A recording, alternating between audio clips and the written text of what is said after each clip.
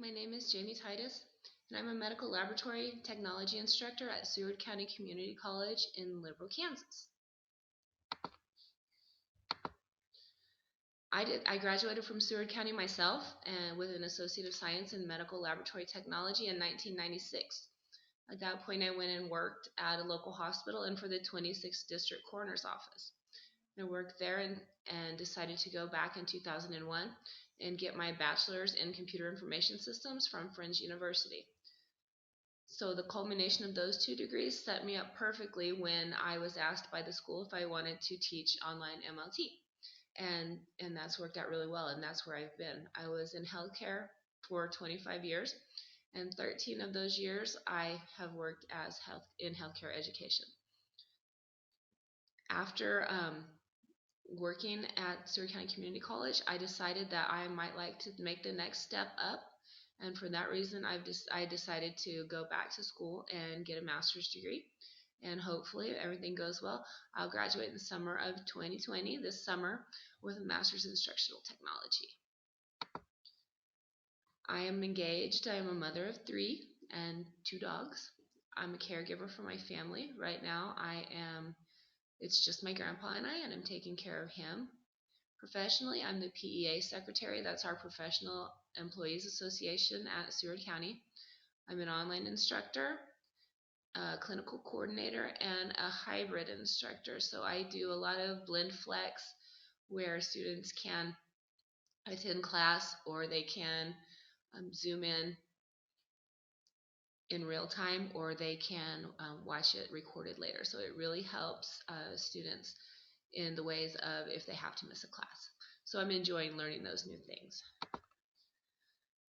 Part of what I've learned with All Students Can Learn is when you have an online program, you're going to have students with different levels of technological savvy, and it's possible for all of them to learn. And different types of learners, like visual or auditory learners, they can still learn in an online environment. The challenge is presenting that to students in a way that they can all get it. But I do believe that all students can learn, and all students can learn in an online environment, even if they don't think they can. Teacher collaboration is very much pushed at my college. An example of that would be on our professional development days at the beginning of each semester.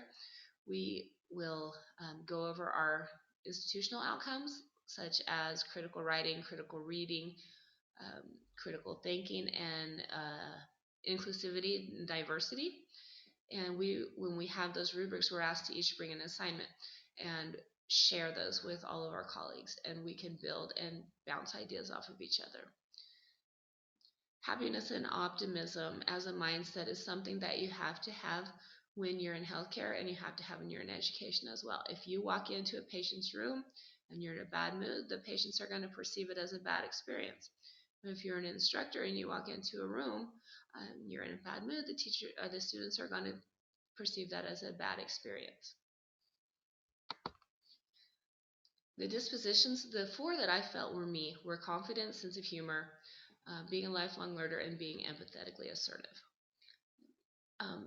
Anytime you know what you're doing, I feel like you exert some level of confidence. You have to have a sense of humor. You have to be able to laugh at yourself.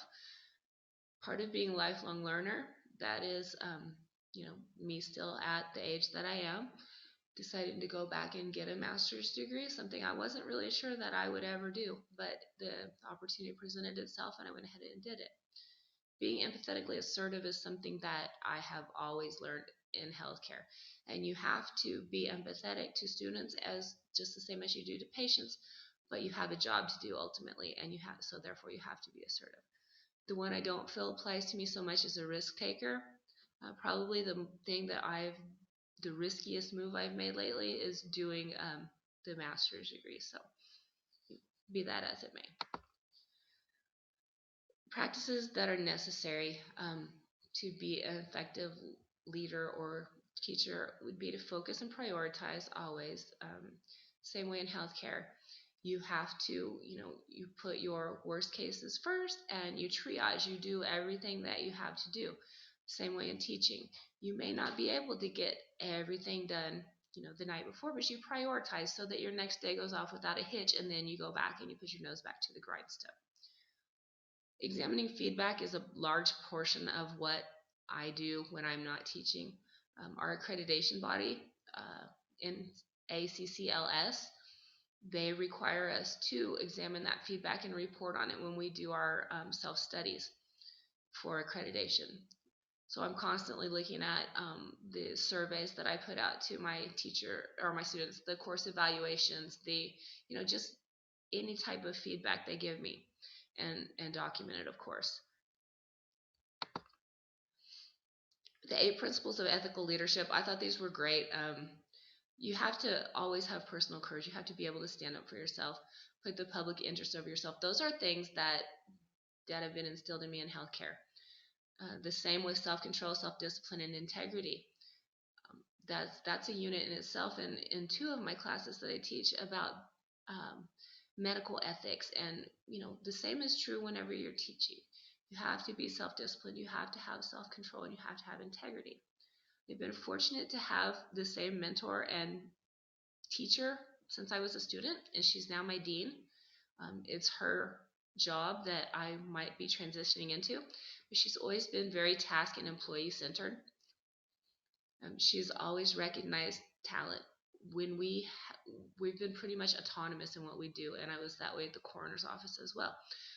As long as we could do our job, we were allowed to do that job, and that's something that I feel like I would want to be one of my principles if I move into an upper role. Okay? And she also requires high ethics from everyone, and you just have to hold everyone to the same standards, and you have to model the standards that you want to see in other people. Again, paralleling healthcare, you have to be sensitive and understanding, and that's just a part of it. You have to treat your students and your patients with sensitivity, and you have to understand that everybody comes from different things, and everybody is dealing with different issues, and that has to be part of your mission, is to understand all those things. And I talked a little bit about the inclusivity outcome of our college, and that is really something that we've been developing a rubric for, and something that the college is trying to focus on. So I may have more to add on that once the rubric is developed, because I'm really looking forward to seeing it. And thank you.